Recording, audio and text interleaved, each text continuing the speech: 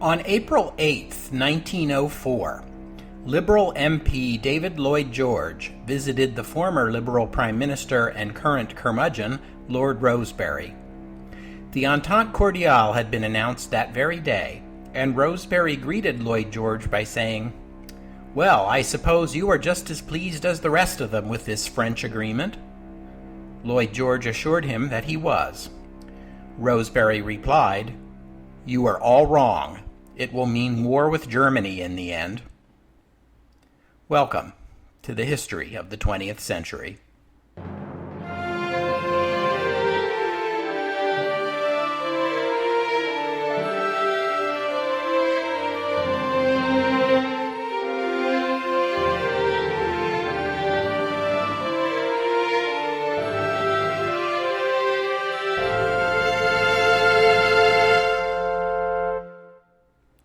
Episode 39.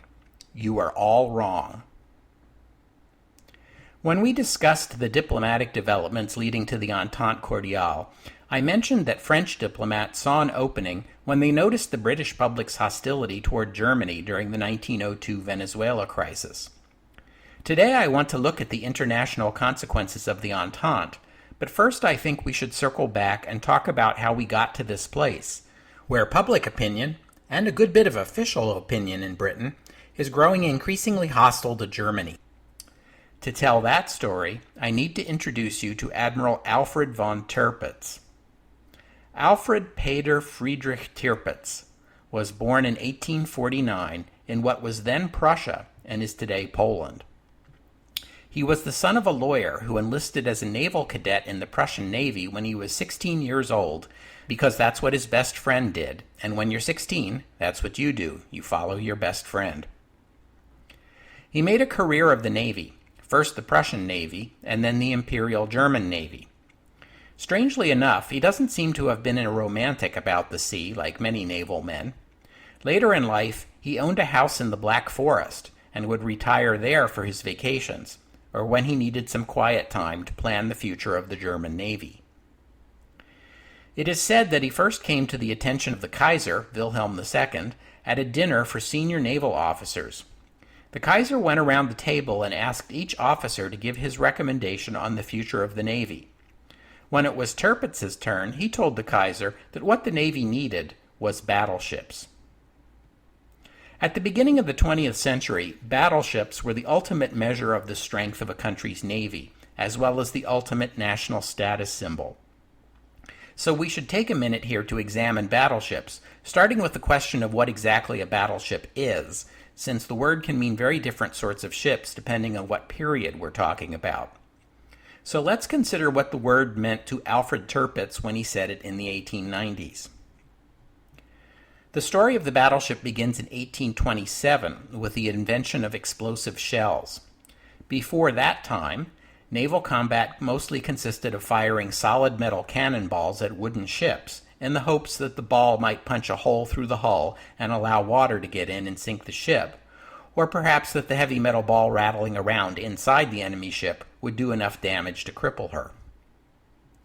That changed when the cannonballs became shells and started exploding. This spelled the end of the wooden-hulled warship. From now on, ships would need armor plating. Later in the century, coal-fired steamships replaced sailing ships, and by the 1890s, battleships of the pre-dreadnought variety became established. These are the ships that we have seen fight in the Russo-Japanese War. The number of battleships that a country's navy possessed was regarded as the most important measure of that nation's naval power. Heck, it was regarded as the only measure of that nation's naval power. And after the publication of The Influence of Sea Power Upon History by Alfred Thayer Mahan in 1890, remember that, it became generally accepted by the militaries of all the major powers that any nation with aspirations of becoming a world power needed battleships. World powers were ranked by the number of battleships they had, in the same way that decades later, world powers would be ranked by the number of nuclear weapons they held. But strategic nuclear weapons, built to level whole cities, would never have about them the same air of romance that battleships had. Civilians with no military background took up the study of battleships as a hobby. Take, for example, John Frederick Thomas Jane, a British vicar's son who sketched warships as a hobby. In 1898, Jane published All the World's Fighting Ships, a book full of information, photographs, and sketches of all the world's warships. Updated editions of what later came to be called Jane's Fighting Ships have been published regularly ever since, and are still being published today. People built, and still build, scale models of battleships. People played war games with model ships on the floor or with paper or cardboard counters on a tabletop. There were, and probably still are, amateur battleship designers who sketch out whole navies on sheaves of paper. Among the amateur battleship designers of the early 20th century, you would have to include names like Kaiser Wilhelm II, Woodrow Wilson, and Franklin Delano Roosevelt. Back in episode 36, a few weeks ago, when I talked about the lessons learned from the Russo-Japanese War, I discussed battleships of this period in the context of critiquing their design. But today we're talking about them in the era before the war revealed their shortcomings. You'll recall that the naval doctrine of the time called for a mix of guns of different sizes, but at the upper end of that range you had 12-inch naval guns, guns that could fire shells 10 miles or more. These shells weighed 800 pounds each, as heavy as the proverbial 800-pound gorilla. Actually, the average male gorilla only weighs about 400 pounds, so go figure. But the point is, these guns were the largest naval guns ever built, and they made battleships the most feared ships in any navy that had them. I mentioned that one of the people caught up in the romance of the battleship was Kaiser Wilhelm II. When Tirpitz told the Kaiser that the Navy needed battleships, well, this was exactly what the Kaiser wanted to hear. And in Imperial Germany, no one's career ever suffered much for telling the Kaiser exactly what he wanted to hear. Wilhelm assigned Tirpitz to a new position in Berlin where he could draw up strategy for the future development of the German Navy. The German Navy? Who ever heard of the German Navy? Germany, like Prussia before it, didn't have much of a naval tradition. During the Franco-Prussian War of 1870, for all of Prussia's amazing victories on land, the Prussian Navy spent the war in port, hiding from the much larger French Navy. Kaiser Wilhelm had much more power to direct government policy than did, say, his uncle, King Edward VII in Britain, but the budget still had to go through the Reichstag, and there wasn't much of a political constituency for the Navy. So the growth of the German Navy was rather ad hoc in the 19th century. The government would ask the Reichstag for funding for a new cruiser this year, or maybe a squadron of torpedo boats next year, or whatever, depending on how much money was in the treasury and whatever else might be going on. And of course, there were the Social Democrats, who didn't like military spending, or Kaiser Wilhelm, very much at all, and suspected that naval expenditures only existed to give the Kaiser an excuse to dress up in his favorite sailor suits. Now, I mentioned cruisers and torpedo boats just now, so I suppose I should take a moment and review what they are. Cruisers are mid-sized ships, larger than torpedo boats or destroyers, but smaller than battleships. The idea behind cruisers is that in times of war they would patrol individually over long distances, hence the name cruiser, mostly to raid enemy commerce or protect friendly commerce by escorting or scouting out threats. We talked a little about torpedo boats when we looked at the Hague Peace Conference of 1899. Torpedoes had been invented in 1866, and they are getting better all the time. By the 1890s, some naval planners are beginning to think that the torpedo might be the Achilles heel of the battleship. As early as the late 1870s, navies began experimenting with small, fast boats, torpedo boats, that just might be able to zip into close range of a battleship, too fast and too small for the bigger ship to hit with its guns, launch a few torpedoes, and then zip away again. One good hit from a torpedo could very well sink a battleship of this period, and some wondered if battleships were on the verge of becoming obsolete. The situation looked even worse once navies started experimenting with torpedo boats that could submerge and approach an enemy underwater invisibly, in other words, what we now call submarines. One response of naval planners was to design a smaller, faster ship that could be produced in quantity to screen the battleships and attack torpedo boats before they got close enough to be a threat. These ships were called torpedo boat destroyers, but soon became known as simply destroyers. If you understand battleships, cruisers, destroyers, torpedo boats, and submarines, then you know everything you need to know to understand early 20th century navies. The key to understanding the roles of these different ships lies in their rock-paper-scissors relationship to each other. Cruisers, and especially battleships, can easily defeat destroyers. Destroyers are designed to sink torpedo boats and submarines, while torpedo boats and submarines are designed to ambush battleships and cruisers. The prevailing naval strategy in Germany in the late 19th century was to use cruisers to patrol the oceans across the world, as befits a country with a rising colonial empire. But Tirpitz disagreed. He felt Germany lacked the worldwide network of coaling stations that would be needed to support such a strategy. He also believed that so long as Britain had its powerful home fleet, geography dictated that any far-flung German navy was in danger of getting cut off from home. So Tirpitz recommended battleships, a lot of them, in squadrons of 8. His initial plan was 2 squadrons of 8, plus a flagship and 2 reserve ships, or 19 in all. And all of this was directed against Britain. Now, Tirpitz, unlike many other German military officers, had no particular animus toward Great Britain, but he saw the Royal Navy as the largest naval threat to Germany. Britain would always have a large naval force in its home waters, which would make a blockade or even an invasion of the German coast always a threat. Tirpitz did not believe that Germany could ever beat Britain in a naval arms race, but he didn't believe that Germany needed to. All Germany had to do, Tirpitz argued, was to have a large enough navy to deter the British from naval conflict with Germany. Britain had a far-flung empire, so a lot of its ships would be needed elsewhere. Britain also had France and Russia as rivals, 2 other countries with large navies.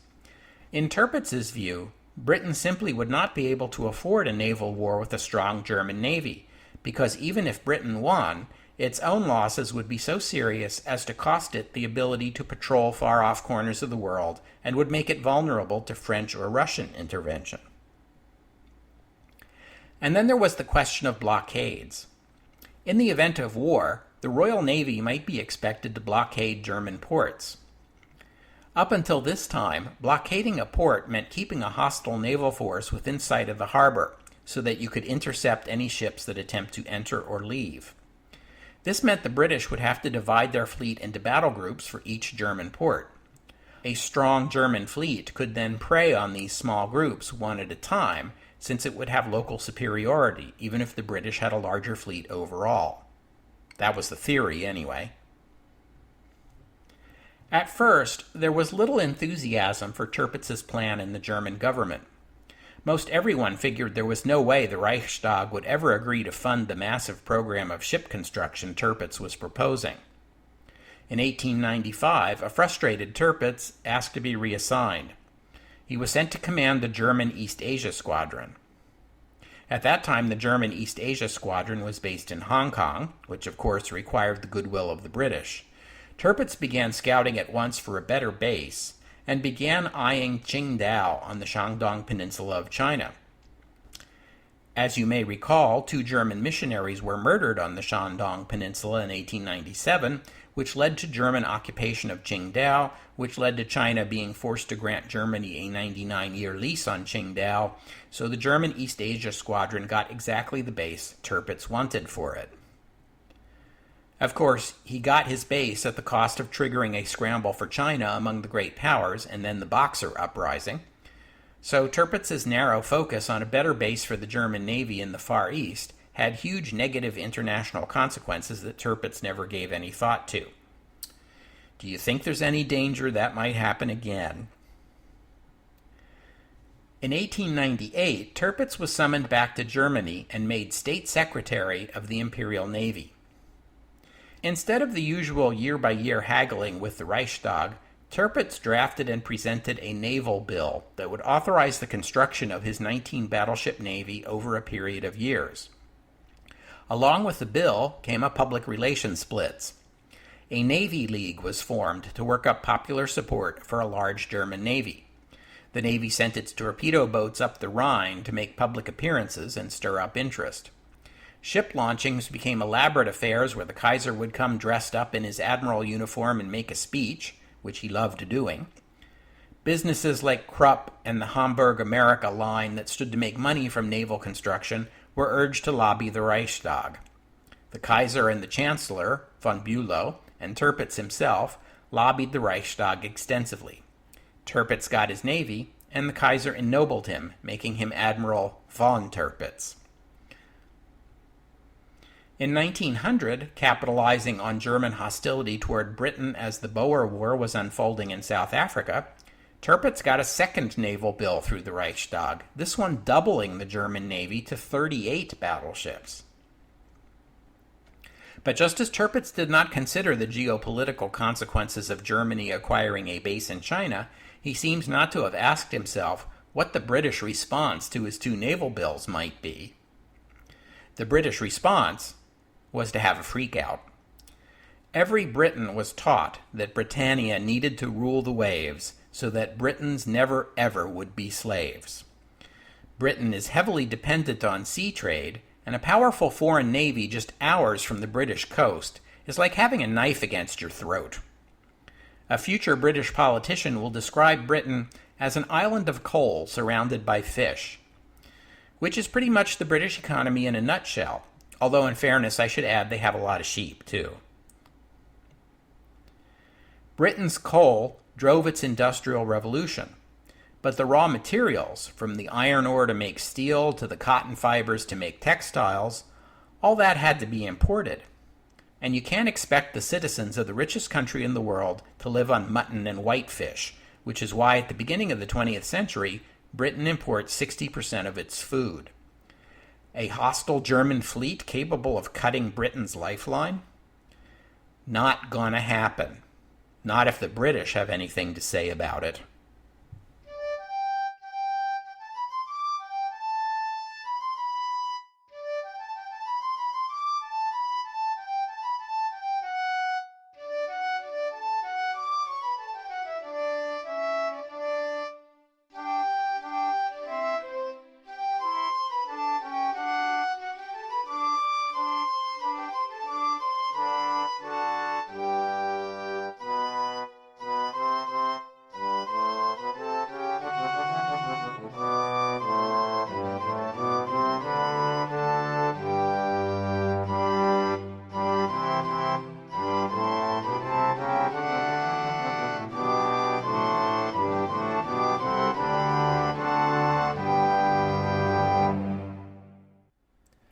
The combination of the ill will spawned by the Boer War, the collapse of Joseph Chamberlain's efforts to forge an alliance, Tirpitz's two naval bills, and Kaiser Wilhelm's general intemperate blustering meant that by 1902, relations between Britain and Germany were getting distinctly chilly. Public opinion in Britain grew hostile, and Germany replaced Russia as the bad guy in British invasion novels. Things only got worse once those new German battleships launched. A battleship only has so much space inside it. How you allocate that space between engines for speed and armor for protection and guns for attack and bunkers for coal and quarters and amenities for the crew says a lot about how you expect to use your new battleships.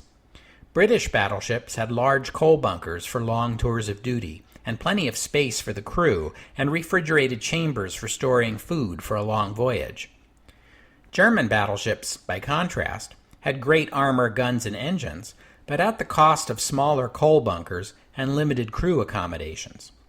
German battleship crews slept on land, and they ate canned food when they were aboard their ships, thank you very much. It was almost as if the Germans were designing a fleet of ships that would only be useful within a radius of a few hours from their home ports. You don't have to be the greatest British naval genius of your generation to figure out what that is suggesting. As it happens, the greatest British naval genius of that generation was already hard at work designing Britain's response to this new threat. But that is a story for a future episode. In April 1904, as I said, the Entente Cordiale between France and Britain was announced. At first, the German government took this news calmly. Chancellor Bülow told the Kaiser that the Entente was only a set of colonial agreements and really meant nothing as far as the balance of power in Europe went. In fact, the country whose leaders took the news the hardest was Russia. Remember that when the Entente was announced, Russia was 3 months into a war with Japan, a British ally. The Japanese had launched a surprise attack on Port Arthur, which was now under blockade. As the war progressed and the Japanese kept winning and the Russians kept losing, it was tempting for members of the Russian court to blame their nation's setbacks on secret British support for the Japanese. Emperor Nikolai and his closest advisors began calling the British Jews in their private talks about the war, and in the Imperial Russian vocabulary, that's a pretty stiff insult. And then there was Britain's entente with France. To the Russian emperor and his government, the Entente looked suspiciously like a British diplomatic effort to aid Japan by prying away Russia's most important ally, France. The French, as we saw, were very reluctant to support Russia in this war, which, again, looked a lot like the British pulling strings from behind the curtain. And then there was the business in Tibet. As the Russo-Japanese War broke out, the British sent a military force from India into Tibet. British India and Tibet had a boundary dispute, and ostensibly the purpose of this expedition was to establish diplomatic relations and resolve the boundary dispute. Of course, it's an odd way to go about establishing diplomatic relations with your neighbor. I mean, an armed invasion is usually considered a hostile act. The Tibetans considered it a hostile act. The ruler of Tibet, the Dalai Lama, fled the country, and the Tibetans attempted to oppose the British invasion. But all they had were swords and muskets, and the British easily forced the Tibetans to sign the Treaty of Lhasa, in which Tibet had to pay reparations as punishment for not being able to tell the difference between an invasion, which this totally was not, and an expedition, which is what it totally was. Tibet was also forced to agree not to establish diplomatic relations with any country other than Britain. So in other words, if the rest of the world wants to deal with Tibet, they would have to do it through the British Foreign Office. In other words, Britain had made Tibet into a protectorate, and, not coincidentally, a buffer against Russian ambitions in Asia. The Tibet expedition, seen in the light of the Anglo-Japanese alliance, followed by a Japanese attack, followed by the Entente, convinced the Russians, if they needed further convincing, that all of these developments were part of a grand British scheme to undermine Russia. And speaking of the British, I haven't mentioned Lord Lansdowne yet. He was the British Foreign Secretary at this time. You may recall that when Lord Salisbury was Prime Minister, he had liked to keep the Foreign Secretary job for himself. But after the khaki election of 1900, he handed it off to Lord Lansdowne, who kept the job after Arthur Balfour became the PM. Lord Lansdowne was riding pretty high after the Entente with France was announced. He took note of how quickly relations with France had gone from the tensions and acrimony of the Fashoda incident in 1898 to the peaches and cream of the Entente. And all it took, in the end, was for the British and the French to sit down together and hammer out compromises over their outstanding colonial disputes. Things were pretty tense between Britain and Russia, and the outstanding issues were largely colonial disputes. Do you suppose there's any basis for an entente between Britain and Russia? On the plus side, Russia is getting beaten up by the Japanese just now, which will likely leave her feeling less aggressive and more in need of friends. On the minus side, the Russians were suspicious that the British are playing a game where they are officially neutral but were slyly helping the Japanese behind the scenes. Lord Lansdowne decided that a little personal diplomacy was in order, and prevailed upon the British King, Edward VII, who was the son of Victoria and therefore uncle to the Russian Empress Alexandra, to use his royal and family connections to the Russian Emperor and Empress to reassure them that Britain was indeed neutral in the war and harbored no ill will toward Russia. Edward had been effective in charming the French, as you may recall, and maybe he could do it again. The king agreed to this and spent 1904 writing letters to his niece and nephew and engaging in a little one-on-one time with Russian diplomats. Edward offered to mediate a settlement in the Russo-Japanese War. The Russians quickly rejected this offer, but over time, Edward's diplomacy began to have an effect.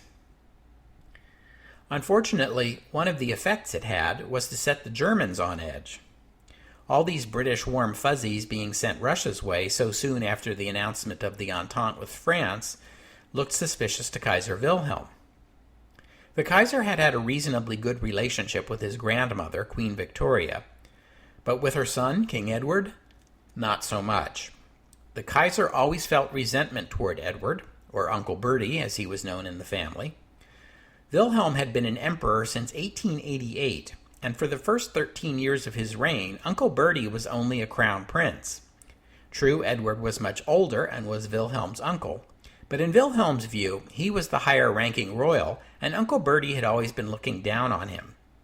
Now, with the discovery that King Edward was working to build alliances with France and Russia, but not with him, Wilhelm took it as one more snub from an uncle with a long history of snubbing him, and said so in front of other people. Now, the Kaiser was an avid yachtsman. He frequently went to the Cowes Week regatta at the Isle of Wight in England, and Lord Lansdowne suggested to the king that a visit to that year's Kiel regatta in Germany, another favorite event of the Kaiser's, might be a good way to mend fences with his nephew. And so, in June of 1904, King Edward visited Kiel. It was typical of the Kaiser that he harbored grudges and resentment when Uncle Bertie was ignoring him, but as soon as he got his uncle's attention, he couldn't resist the urge to show off.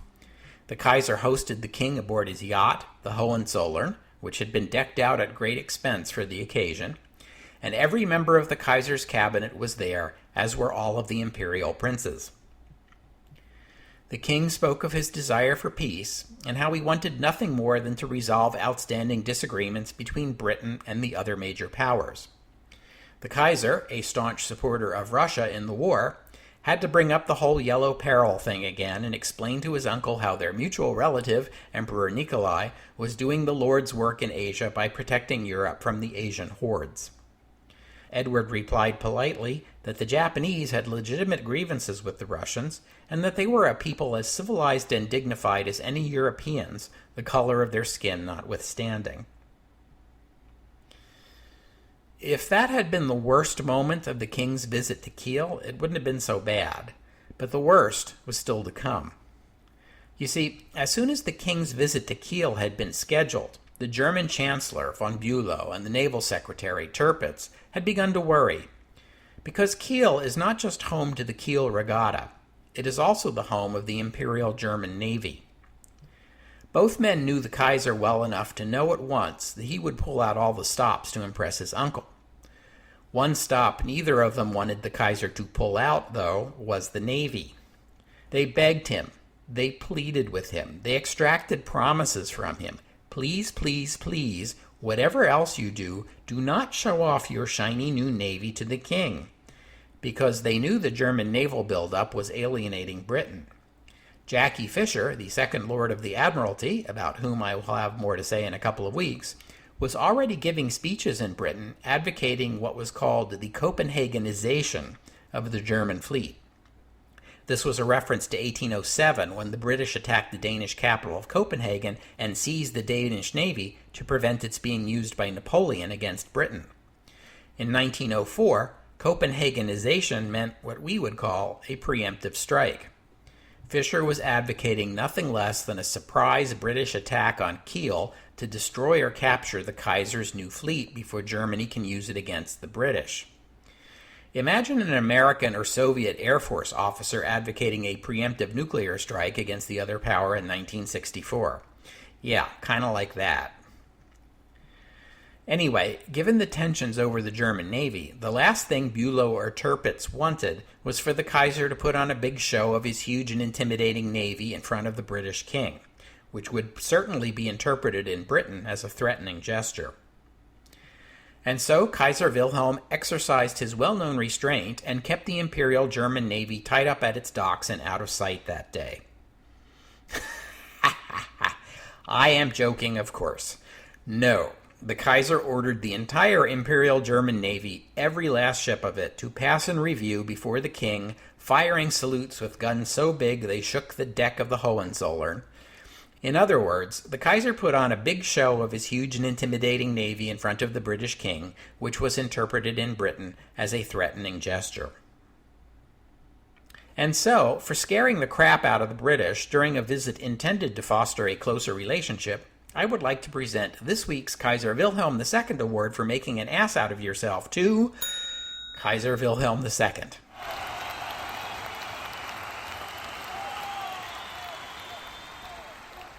Anyway, as far as British diplomacy toward Russia went, whatever was gained in 1904 was lost later in the year after the Dogger Bank incident.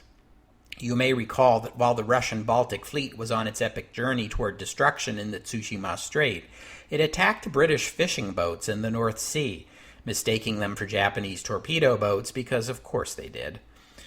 The British were angry about their fishing boats being attacked and fishermen killed, and the Russian fleet not even, stopping to help or checking in with the Royal Navy or anything. Kaiser Wilhelm, meanwhile, always looking for opportunities to pit Germany's rivals against each other, told the Russian emperor that the British were troublemakers looking for ways to aid Japan against Russia, and that he, Wilhelm, had information that perhaps there really were Japanese torpedoed boats hiding among the British fishing ships. But as 1904 passed into 1905, the German Foreign Ministry looked around and decided that it saw Germany's European rivals in disarray. True, the Entente between Britain and France, although it was officially about ending colonial rivalries, was looking increasingly like it was being driven by a mutual loathing for Germany, and when you add in the Franco-Russian alliance, Germans start to feel hemmed in. But on the other hand, the British war machine had been humbled by the Boer War, and the British no longer saw themselves as invincible. French society in general, and the French army in particular, were still bleeding from the self-inflicted wounds of the Dreyfus affair, and Russia was getting its butt handed to it by the Japanese. And in the middle of all this was a strong and confident Germany. It was almost like the good old days, right after the Franco-Prussian War, when everyone deferred to Germany, and Bismarck's diplomacy arranged the entire continent to Germany's liking. Perhaps Germany was strong enough to dominate the continent again. In the German Foreign Ministry, they were readying a plan aimed at isolating the British as thoroughly as Bismarck had isolated France a generation earlier. We'll have to stop there for today, but I hope you'll join me next week for the history of the 20th century as we continue the story and find out whether adroit German diplomacy can reshape the European order, or whether Germany will overplay its hand and merely strengthen the bonds between Britain, France, and Russia. Spoiler alert, it's the second thing. That's next week on the history of the 20th century. Oh, and one more thing. When the German Kaiser showed off his navy to King Edward, Edward politely explained to the Kaiser that some in Britain saw the German naval buildup as a threat directed entirely against Britain, either to cut off her commerce and strangle her, or perhaps to spearhead an invasion. He emphasized that he personally did not believe this, of course, but many in Britain did, and the Royal Navy was likely to build 2 new ships for every new German ship. As it turns out, Britain has a surprise in store for Tirpitz in the Imperial German Navy, a surprise that will revolutionize naval warfare. But that, again, is a story for another episode.